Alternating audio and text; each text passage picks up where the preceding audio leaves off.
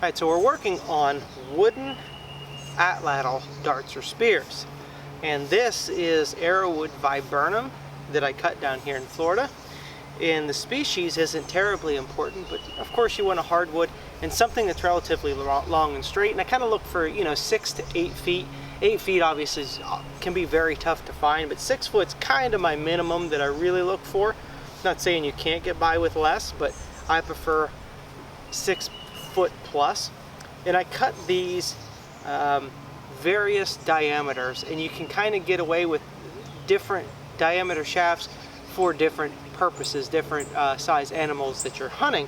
And some of it also, like this one here, is a little bit thinner than this one. This one I took the bark off.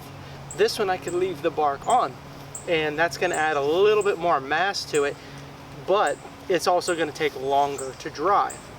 So there's a couple different ways to approach this. One is you can cut them and leave the bark on, and it'll take a longer time to dry, but you don't have to really do very much. Or you can take the bark off, which allows them to dry faster, and you can do nothing at all and let them sit up and heat straighten them later. But what I like to do is cut these, and then over a period of about a week, I spend once or twice a day, and I just straighten these by hand. Now of course it may not look terribly straight. This one's only about 3 days old, but you can see it's pretty darn straight compared to this one. Here's what it started. I actually haven't even touched this one because I want you to see. So there's a huge difference. This is what these start out as. And what I do, and you can buy more time. You can get up to about a week, I think, if you leave the bark on. But you can just straighten them a little bit at a time. Now, they don't just stay straight when you bend them because they're still green, but they'll take on the memory. And if you straighten them a little bit every day and taking all the little kinks out, eventually as they dry, they'll start staying straighter and straighter and straighter. And you'll get to a point where your shafts will essentially dry straight simply just because you straighten them once or twice a day. And that goes for arrow shafts, spear shafts, and even the fore shafts. It's got a whole bunch of little pieces that I'm doing the same thing with, that we're just straightening them a little bit every day. Just tweak them, and this, I mean, they're already staying pretty straight, and they're only a few days old. And then, like I said, after about a week, they'll hold that shape. And anything that you still need to take out, you can apply a little bit of heat to and bend later.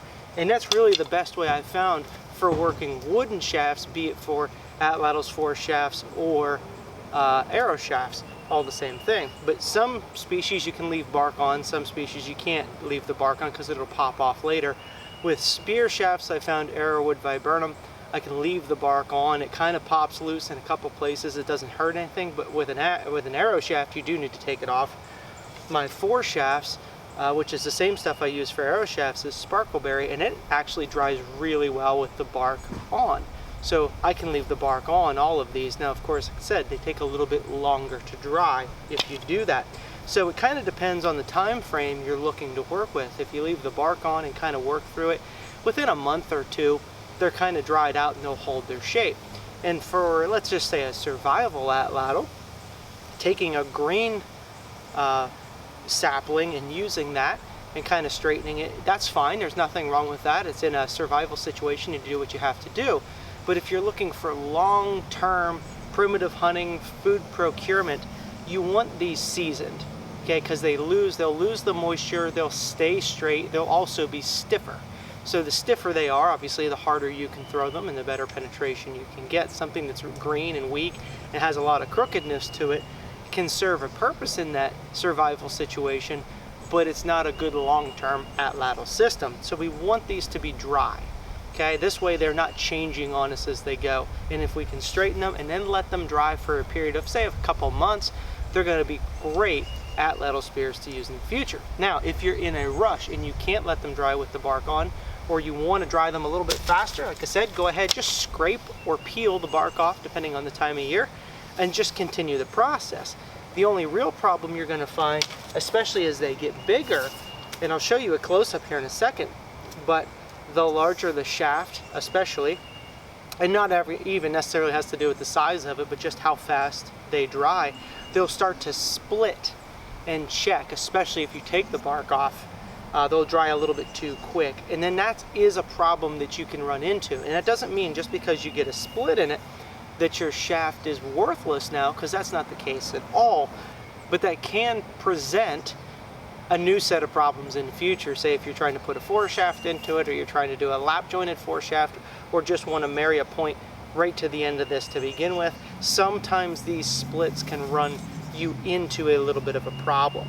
Now, of course, if you want to speed the process up even faster, you can force dry these, say, over a fire. So like if you have nothing better to do, say you're in a survival situation and you've got everything else handled that you need to do, you've got your water and your shelter and your fire and all that going, and you're just kind of sitting here working on some passive stuff to keep you busy, then you can take a piece, skin it down, and then you can force dry it over a fire over a period of time and straightening it as you go. But again, you're probably going to run into a lot of checking and splitting issues, because the faster you dry a piece of wood, the more likely it is to check and split. And like I said, sometimes it's a problem, sometimes it's not. But basically, you just work up and down the shaft. Doesn't matter the drying process at this point. Just over a period of a couple days or a week, however long it takes your shafts to dry, you just gently bump them straight. So I'm always looking down at find a new spot. Like I said, these ones are already pretty straight because I've been working them for a couple days. And you will definitely notice that the more that you do work these, the straighter they will stay. And every day that you come out, they'll be a little bit straighter, and it takes less work to do.